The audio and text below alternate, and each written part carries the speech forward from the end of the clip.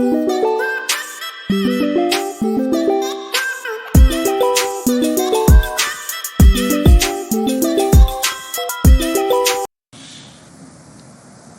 Students, किवें हो सारे? आई होप सारे वधिया होंगे। So let's start our class 10th NCERT mathematics. वही जो चैप्टर हमने किया था एक्सरसाइज 3.2, उसका क्वेश्चन नंबर 5 से लेकर 7 तक इस वीडियो में करेंगे और 1 to 4 सेशन में हो चुके हैं, तो उसको जाकर देख लेना। और उससे पहले इंट्रोडक्शन का पार्ट है चैप्टर 3 का, उसको ज़रूर देखना, ठीक है। और स्टार्ट करते हैं अभी हम क्लास इसको।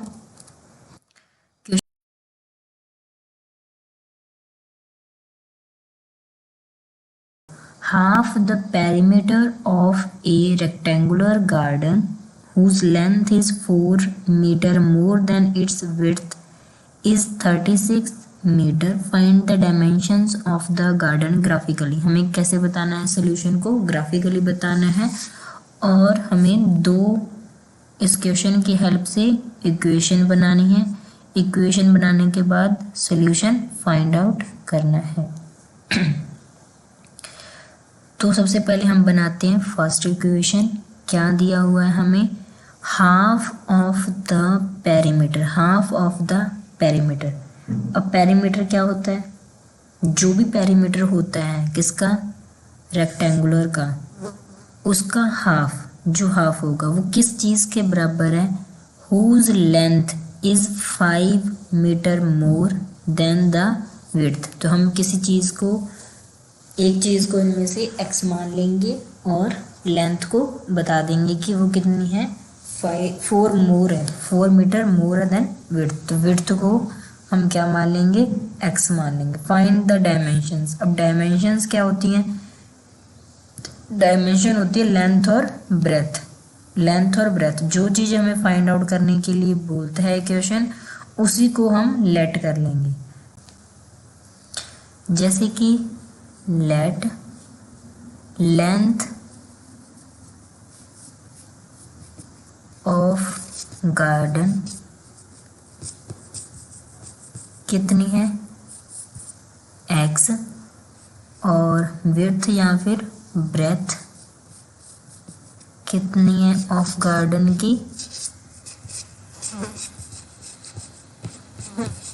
y। ठीक है। तो जो पेरीमीटर होता है, क्या होता है perimeter of triangle? 2 bracket l plus b, मतलब लेंथ प्लस ब्रेथ को ऐड करके उसके बाद में 2 से मल्टीप्लाई करते हैं तो हमारे पास क्या आता है? पेरीमीटर आता है।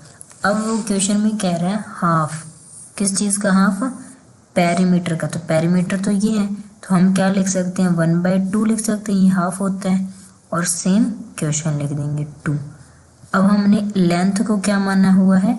x मानना है, तो x लिख देंगे, प्लस करना है उसके बाद में y।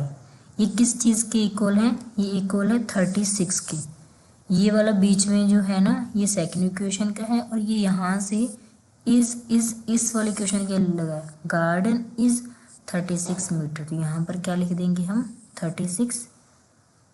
ठीक है। अब हम इसको सॉल्व करते हैं। जो चीज़ कट रही है उसको हम यहीं पे काट देंगे और फिर देखते हैं। देखो ये मल्टीप्लाई में होता है जब ब्रैकेट के बाहर या फिर कोई भी 2 डिजिट एक साथ हो, जैसे कि x और y हो गया, ठीक है। ये क्या है? मल्टीप्लाई में जब कोई भी बीच में साइन नहीं होता, तो ये मल्टीप्लाई में 2 को 2 से कट कर दे, कितना आ गया? 1। 1 को लिखने की ज़रूरत तो है नहीं, क्योंकि 1 को हम x प्लस वाई के साथ मल्टीप्लाई करेंगे तो क्या आ जाएगा? x plus y is equal to में 36। तो ये क्या हो गया? हमारी फर्स्ट इक्वेशन बन गई, ठीक है। अब हम चलते हैं सेकंड इक्वेशन पर। Whose length is 4 metre, 4 metre more than width. तो हम क्या मानेंगे? हुज लेंथ, मतलब लेंथ जो x दिया हुआ है वो कितना ज़्यादा है? विड्थ से 4 ज़्यादा है। तो ये इतना समझ में आया होगा। ये क्या बन गई? हमारी सेकंड इक्वेशन बन गई, ठीक है। अब इन दोनों इक्वेशन की हेल्प से हमने 2 सॉल्यूशन फाइंड आउट करने हैं। 2 नहीं तो आप 3 कर सकते हो। कितने भी जितने भी चाहो और कुछ भी वैल्यू रख सकते हो, जैसे हमने कल किया था। ठीक है, तो अब हम यहाँ पर दो बॉक्सेस बनाएंगे दोनों इक्वेशन के लिए। तो यहाँ पर बना देते हैं, ये क्या, एक्स वाई, एक्स वाई। ठीक है, तो फर्स्ट इक्वेशन हमारे पास क्या है, x plus y is equal to 36। x plus y is equal to 36। तो वैल्यू रखते हैं अब हम, x plus y is equal to 36। तो हमने एक बार x को क्या रखेंगे,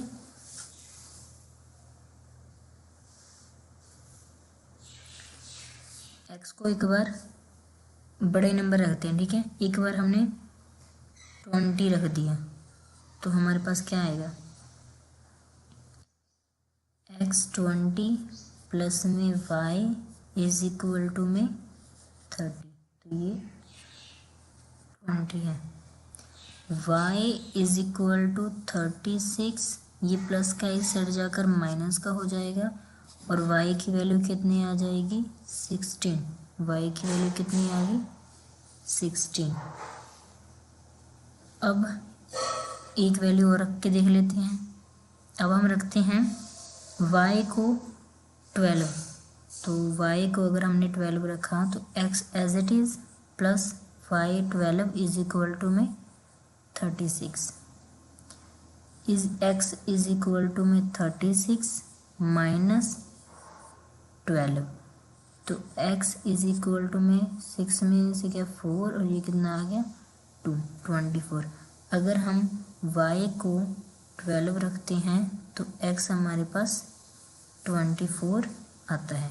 ऐसे ही अगर हम मान लो कि ये वाला 12 x में रख दें तो 12 plus y as it is, क्योंकि अब हमने x 12 को माना है, x की जगह 12 रखा है, तो y इज इक्वल टू में 36 माइनस 12 करेंगे तो वही आएगा y इज इक्वल टू 24। एक हमने और फाइंड आउट कर ली, तो ये कितना आ गया 12 पॉइंट में 24।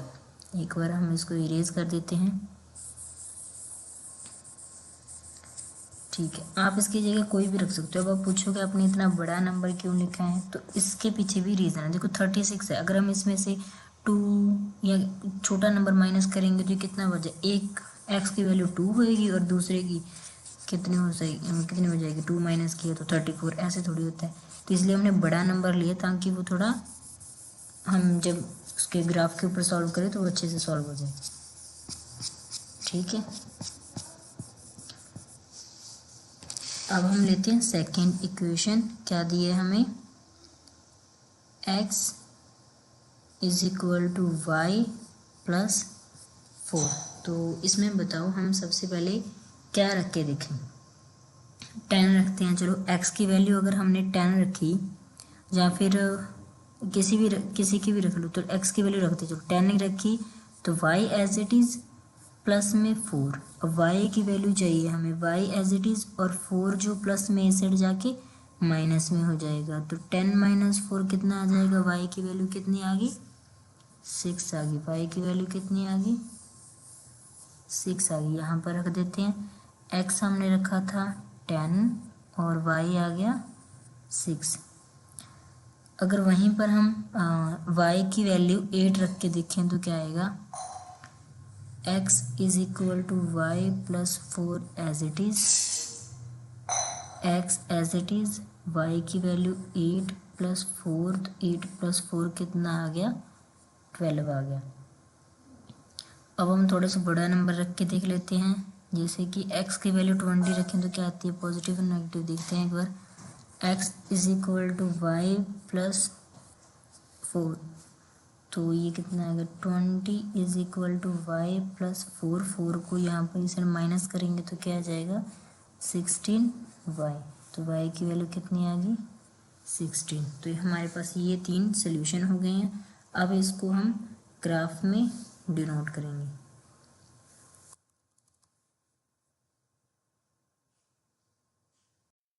अब हमने बना लिया है ग्राफ को, इसके ऊपर जो हमने सोल्यूशन फाइंड आउट किया है वो अब हम इसको इसके ऊपर प्लॉट कर देंगे, ठीक है। तो हमें सबसे पहले क्या है हमारे पास x20, तो हमने 4 का यहाँ पर डिफरेंस लिया है, क्यों? क्योंकि यहाँ पर हमने नंबर ही ऐसे लिए थे और बड़े बड़े नंबर है, करके इसलिए 4 नहीं तो ये लाइन यहाँ बाहर चली जाती, ठीक है। अब हम करते हैं इस क्वेश्चन को, x की वैल्यू 20 लेनी है, तो x ये रहा, x के ऊपर ये रहा 20 और y कितना 16, y कितना 16। ये मैंने रफ में ये पॉइंट लिए, देखो गैप यहाँ पर थोड़ा सा ज़्यादा, तो आप अपने अकॉर्डिंग बना लेना। एक बार मैं आपको रफ बता देती हूँ कि कैसे करना होता है इसको, आपको एग्ज़ाम में ग्राफ मिलेगा, ठीक है। तो ये कितना आ गया, यहाँ पर आ गया, इसको यहाँ पर लिखना होता है कोऑर्डिनेट्स को, कितने आ गए ये 20,16। नेक्स्ट x24 और y12, तो ये यहाँ कुछ बनेगा, कितना बनेगा 24 और 12, ठीक है। नेक्स्ट x12 और y पर 24, तो ये यहाँ कुछ बनेगा कितना 12 और 24। अगर हमारे पास 2 सॉल्यूशन भी होते ना, जैसे अपन ने 3 फाइंड आउट करें, तो भी ये लाइन ऐसी जाती, मतलब इसी लाइन के ऊपर अपने को पॉइंट मिलते ऐसे, ठीक है। तो अब अपन ने क्या किया, इस लाइन को ये थोड़ी स्ट्रेट नहीं जा रही, बट आपके जो अगर ग्राफ में करोगे ना तो ये बिल्कुल स्ट्रेट जाएगी, ठीक है। इसके ऊपर इक्वेशन लिख देना भी, कौन सी इक्वेशन से ये हमने फाइंड आउट किया एग्जाम में, कैसे लिखोगे, जैसे x यहाँ पे लिख देते हैं x plus y is equal to में 36, तो ये कौन सी इक्वेशन की लाइन है, इस इक्वेशन की। नाउ सेकंड x पर 10, तो x 10 मतलब यहाँ कहीं होएगा बीच में, और y 6 तो यहाँ बीच में, x 10 y तो इस पॉइंट पर, ठीक है। लिख देते हैं 10 और 6। नेक्स्ट 12 और 8, 12 ये रहा और 8 ये रहा, तो ये यहाँ कुछ बनेगा 12 और 8। नेक्स्ट है 20 और 16, 20 और 16, तो ये वाला पॉइंट है सेम 20 और 16, तो ये लाइन आप खींच देते हैं यहाँ से, ये ऐसे जाएगी ऐसे, ठीक है।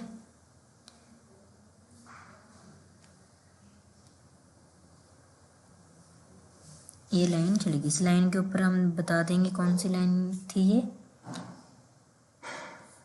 क्या था, x इज इक्वल टू जो भी इक्वेशन थी आप इसके ऊपर लाइन के ऊपर लिख लेना, ठीक है, जिससे हमने ये वाले सॉल्यूशन को फाइंड आउट किया था। तो दोनों को इक्वेशन को लिखना और ये कोऑर्डिनेट्स लिखने होते हैं, और ग्राफ को अच्छे से बनाकर यहाँ पर डिफरेंस देख लेना, ऐसे 1 2 मत लिखने लग जाना, क्योंकि यहाँ पर नंबर देख लेना कितने बड़े हैं, उससे हिसाब से 2 का डिफरेंस ले सकते हो, 4 का ले सकते हो, नहीं तो ग्राफ बड़ा बन जाएगा। तो आई होप आपको समझ में आया होगा। अब हम चलते हैं क्वेश्चन नंबर नेक्स्ट पर।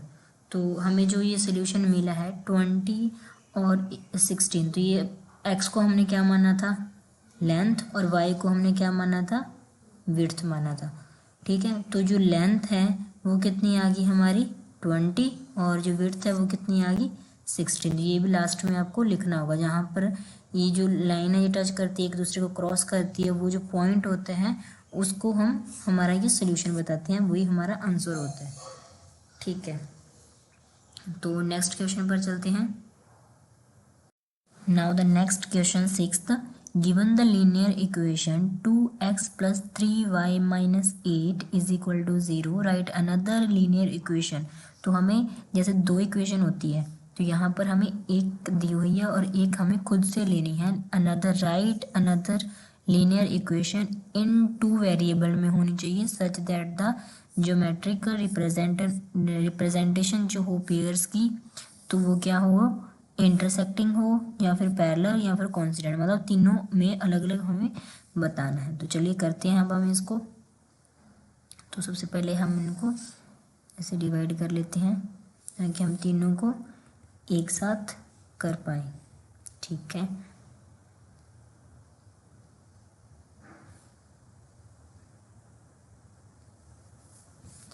तो फर्स्ट है इंटरसेक्टिंग लाइन, यहाँ पर लिख लेते हैं। ये फर्स्ट वाला इंटरसेक्टिंग, ये सेकंड, और ये क्या है, कोइंसिडेंट लाइंस। ठीक है, तो आपको पता होगा इंटरसेक्टिंग लाइंस कौन सी होती हैं। इंटरसेक्टिंग लाइंस होती हैं जो किसी एक पॉइंट पर, जब हम ग्राफ बनाते हैं तो एक पॉइंट पर किसी पॉइंट को टच करती है। तो अब ग्राफ की पैरेलल लाइंस कौन सी होती हैं, ये ऐसे एक दूसरे के पैरेलल होती है और किसी पॉइंट पर टच नहीं करती और इनका कोई सोल्यूशन नहीं होता है। कोइंसिडेंस लाइन कौन सी होती हैं, जिसके मैनी सोल्यूशन होते हैं, जो ऐसे लाइन के ऊपर लाइन बनती है। अब हम इसको बिना ग्राफ के भी करेंगे। जो ग्राफ का सोल्यूशन है वो मैंने आपको दे दिया है, तो आप उसको खुद से ट्राई करना। बिना ग्राफ के हम कैसे बता सकते हैं, हमने पहले फाइंड आउट किया था। पहले हम पहले वाली जो हमें इक्वेशन गिवन है उसको हम राइट डाउन कर लेते हैं। क्या दिया हुआ है, 2x minus 3y minus 8 is equal to में 0। 2x plus 3y minus 8 is equal to 0। 2x, okay, तो हमने एक एक बार इनको लिख लिया है। ठीक है, तो इंटरसेक्टिंग लाइन का जो हमने रेशो से हम जब फाइंड आउट किया था तो वो क्या था, जब A1 डिवाइड में A2 नॉट इक्वल्स टू होता है B1 B2 के, तो उसे हम क्या बोलते हैं, इंटरसेक्टिंग लाइंस। उनका ग्राफ कैसा बनेगा, ऐसा बनेगा। ठीक है, जब A1 A2 इक्वल्स टू होता है B1 B2 के, बट नॉट इक्वल्स टू होता है C1 C2 के, तब उसका ग्राफ क्या बनेगा, पैरेलल लाइंस का बनेगा। मतलब कि ये इक्वेशन हमारी क्या है, पैरेलल लाइंस के लिए। ये क्या है, A1 A2 equals to B1 B2 equals to C1 C2। जब हमारे जो पेयर हैं वो ऐसे इक्वल रहे तो वो क्या होता है, कोइंसिडेंट लाइंस। तो अगर आपको ये समझ नहीं आया है अभी जो मैंने भी बताया तीनों के अंदर डिफरेंस, तो इसके लिए आपको वीडियो जो इंट्रोडक्शन पार्ट है पहले अपलोड हो चुका है, उसको आप देख लीजिएगा। उसका जो लिंक है वो आपको डिस्क्रिप्शन बॉक्स में मिल जाएगा। अगर ना मिले तो जो आईडी है @ramanofficial311, वो चैनल सर्च करके प्लेलिस्ट में जाकर चैप्टर 3 10th क्लास, उसका जो फर्स्ट वीडियो होएगी वो इंट्रोडक्शन बेस पर ही है। ठीक है, तो अब हम चलते हैं, नेक्स्ट करते हैं इसको। तो A1, हमें ऐसी इक्वेशन लेनी चाहिए, ऐसी इक्वेशन लेनी होगी। तो अब हमें ऐसी इक्वेशन लेनी होगी जो कि इक्वल ना हो। तो जैसे कि क्या था हमारे पास, 2x माइनस 3y माइनस 2। तो A2 और B2 अलग चाहिए, तो क्या ले सकते हैं, 3x और यहाँ पर 5y ले लेते हैं, और ये माइनस का 3 इज इक्वल टू 0। तो देखो यहाँ ऊपर कितना है 2, A2 कितना है 3 इक्वल्स टू में ऊपर कितना है -3, और ये कितना है y का कोफिशिएंट 5 इज इक्वल टू में -8 डिवाइड में -3।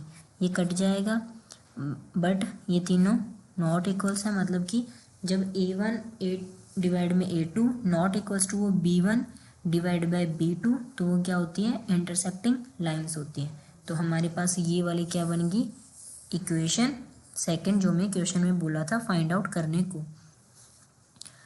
अब हम करते हैं नेक्स्ट। तो हमें जो A2 B2 के इक्वल चाहिए, A1 B1 के जैसे इक्वल है, तो ये सेम पेयर बनने चाहिए। तो अब हम इसके लिए क्या करें, तो हम नंबर ले सकते हैं 4y प्लस 6y।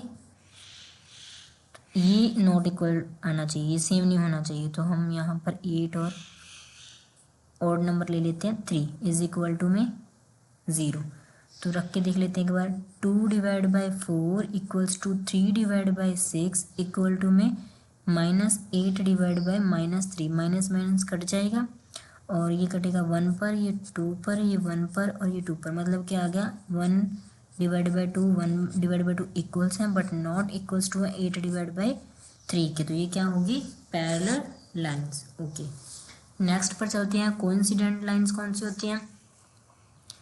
तो फर्स्ट इक्वेशन हमारे पास ये है। सेकंड हमें बनाने के लिए मतलब तीनों इक्वल हों तो हम नीचे सेकंड 2 से मल्टीप्लाई कर सकते हैं। अगर हम सभी को 2 से मल्टीप्लाई करेंगे तो वो कट जाएगा, 1/2 उनका सोल्यूशन आ जाएगा, सिंपल। तो हमने यहाँ पर लिखा 4x प्लस 6y माइनस का 16, इन सारी इक्वेशन को 2 से मल्टीप्लाई कर दिया, ठीक है। तो अब हम इसको देखते हैं क्या बनाइए, इज इक्वल टू में 0। 2/4 इक्वल्स टू 3/6 इक्वल टू में -8/-16, माइनस माइनस कट जाएगा, ये 1 2 1 2 पर 1 2 पर, तो मतलब 1/2 1/2 1/2 1/2। तो ये क्या आ गई, पेयर इक्वल आ गई। दैट मीन्स ये कौन सी लाइन्स हैं, कोइंसिडेंट लाइन्स हैं।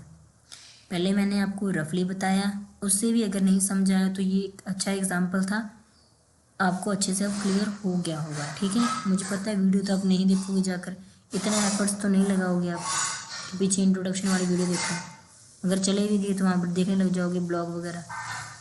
खैर कोई बात नहीं, तो ये आपको समझ में आएगा। अब हम चलते हैं नेक्स्ट क्वेश्चन पर। Now the question number 7th, read it first of all.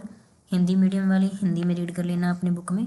Draw the graph, graph को ड्रॉ करना है with the help of this equation. 2 equation दी गई हैं, इन इक्वेशन से हमें सोल्यूशन फाइंड आउट कर ग्राफ ड्रॉ करना है, ठीक है। आगे क्या बोल रहा है, तो कोऑर्डिनेट्स डिटरमाइन करना है, coordinates of the vertex of the triangle found by the, जिस लाइन से ट्रायंगल बनेगा उसके बाद बनेगा उसके तो कोऑर्डिनेट बताने हैं, and the x axis and the shade the triangular region, जहाँ पर ट्रायंगल बन रहा है उसको शेड करना है, ठीक है। तो करते हैं हम कैसे।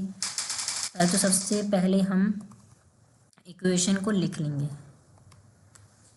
x minus y plus 1 is equal to 0। Second equation है 3x plus 2y minus 12 is equal to 0। Okay, तो ये प्लस का उस साइड जाकर किस चीज़ का हो जाएगा, माइनस का। तो -1 ये क्या बन जाएगा, 3x प्लस 2y उस साइड जाएगा तो ये किस चीज़ का हो जाएगा, 12 का हो जाएगा, 12 हो जाएगा, पॉजिटिव का 12 हो जाएगा, ठीक है। अब हमने सेम वैसे ही सोल्यूशन फाइंड आउट करना, तो 2 बॉक्सेस बना लेंगे और उसके अंदर लिख देंगे xy लिख दिया, ठीक है। अब x माइनस 1 हमारे पास इक्वेशन है। अगर हम x को 0 रख दे तो हमारे पास वैल्यू क्या आएगी, x 0 रखा अगर हमने तो हमारे पास आती है value 0 minus y is equal to minus का 1। 0 अगर माइनस वाई के अंदर माइनस करेंगे, कुछ भी वैल्यू ऐड करते हैं, कुछ भी माइनस करते हैं तो वो क्या रहता है, सेम रहता है, मतलब माइनस का वाई रहेगा और ये कितना है, माइनस का 1 रहेगा। अब माइनस माइनस कैंसिल आउट हो गया तो y की वैल्यू कितनी आ गई, 1 आ गई। अगर हम x को 1 रखते हैं, x की वैल्यू 1 रखते हैं तो हमारे पास क्या आती है, 1 minus y is equal to -1। तो माइनस वाई सेम रहेगा, -1 ये प्लस का उस साइड जाकर माइनस का हो जाएगा, तो ये क्या हो जाएगा, माइनस माइनस कटेंगे नहीं क्योंकि माइनस माइनस ऐड हो जाता है, तो माइनस माइनस क्या हो गया, ऐड हो गया, तो कितना आ गया ये, माइनस का 2 आ गया। माइनस माइनस लास्ट में जाकर कट हो जाएगा क्योंकि साइन माइनस का आएगा, दोनों के पास माइनस है, और ऐड करेंगे तो 2 आ जाएगा। अगर हम x को 1 रखते हैं, y की वैल्यू 2 आ जाएगी। अगर हम x की वैल्यू 3 रखें तो x की वैल्यू 3 रखें तो क्या आएगा हमारे पास, 3 minus y is equal to minus का 1। 3 प्लस का उस साइड जाकर माइनस का हो जाएगा, तो माइनस वाई एक बार एज इट इज़ ये सेट जाएगा तो माइनस का आ जाएगा, minus y is equal to minus minus plus होता है, 4 आ गया, साइन माइनस का, माइनस से माइनस कट जाएगा, तो सोल्यूशन क्या आ जाएगा हमारे पास 4। अगर हम वैल्यू 3 रखते हैं तो वाई कितना आ जाएगा, 4 आ जाएगा। ओके, नेक्स्ट इस इक्वेशन को सॉल्व करते हैं। तो हमारे पास क्या इक्वेशन है, 3x plus 2y is equal to में 12। एक तरीका तो है, यहाँ पर आप पहले ही y रख लो, उसके बाद में सारी की सारी जो डिजिट साथ में है वो सर ले जाओ, नहीं तो आप सिंपल यहीं पर वैल्यू पुट कर दो, जैसे 1 है तो सेम ऐसे ही पुट कर दो, तो सोल्यूशन दोनों से आ जाएगा। ठीक है, अगर हम x की वैल्यू 0 रखें तो यहीं पर रख देते हैं x की वैल्यू 0, 3 एज इट इज़ रहेगा, x की वैल्यू पुट कर दी, 2y as it is equal to में 12, 3 को 0 से मल्टीप्लाई किया 0, 2y इज इक्वल टू में कितना 12, y इज इक्वल टू में 12 अपॉन में 2, क्योंकि इसको ऐड करेगा तो इसकी तो कोई वैल्यू नहीं, तो कट गया, ये मल्टीप्लाई में तो ये डिवाइड में चला गया, तो y कितना आ गया 0, अगर हमने x इतने रखा तो y कितना आ गया 0 आ गया। हमने ये ग्राफ बना लिया, अब ये हम इसके ऊपर प्लॉट कर देते हैं जो हमने सोल्यूशन फाइंड आउट किया है with the help of 2 equations. Okay, तो हमारे पास x के ऊपर 0, y कितना 1, y कितना है 1, x 0 y 1, ये x लाइन है और ये y की लाइन, तो यहाँ पर लिख देते हैं 0 और 1 कोऑर्डिनेट्स। ठीक है, अब है x पर 1 और y 2, मतलब यहाँ पर कितना है 1 और 2, x पर 3 y 4, x 3 y 4, 3 और ये बन गया 4। अब लाइन ड्रॉ कर देते हैं, ये बिल्कुल स्ट्रेट नहीं बनेंगे, आप ग्राफ के ऊपर ट्राई करना, ठीक है, बिल्कुल सही बनेगा। तो ये हमारे पास लाइन होगी। ठीक है, नेक्स्ट x 0 y 6, तो कुछ यहाँ पर 0 6, नेक्स्ट है 4 0 4 y कितना 0, तो यही पॉइंट बनेगा 4 और 0। ठीक है, नेक्स्ट है 2 और 3, अगर हम x को 2 लें और y को 3, तो कुछ 2 और y 3 यहाँ पर बनेगा, 2 और y कितना 3 यहाँ पर। और अब हम सेम लाइन ड्रॉ कर देते हैं, यहाँ से ये वाला लाइन, तो भी बन रहा है ट्रायंगल, बिल्कुल बन रहा है। अब ये वाले ट्रायंगल हमें बताना, तो यहाँ पर जो पॉइंट पर टच कर रहे हैं मतलब 2 और 3 पर हो रहे हैं, इस साइड से 3 और ये 2, मतलब 2 और 3, ये क्या है हमारा सोल्यूशन है, और इसको क्या करना है शेड करना था, तो हमने ये कर दिया। ठीक है, तो ये रहा हमारा आज का सेशन। आई होप आपको क्लास अच्छी लगी होगी, अगर आपको अच्छी लगी तो please like subscribe and share कर दीजिए, ताकि आपके फ्रेंड्स के पास भी ये वीडियो पहुंच पाए और एग्ज़ाम से पहले वो देखकर अपना एग्ज़ाम अच्छे से कर पाएँ और अच्छे से नंबर ले आए। ठीक है, so thank you guys, bye bye.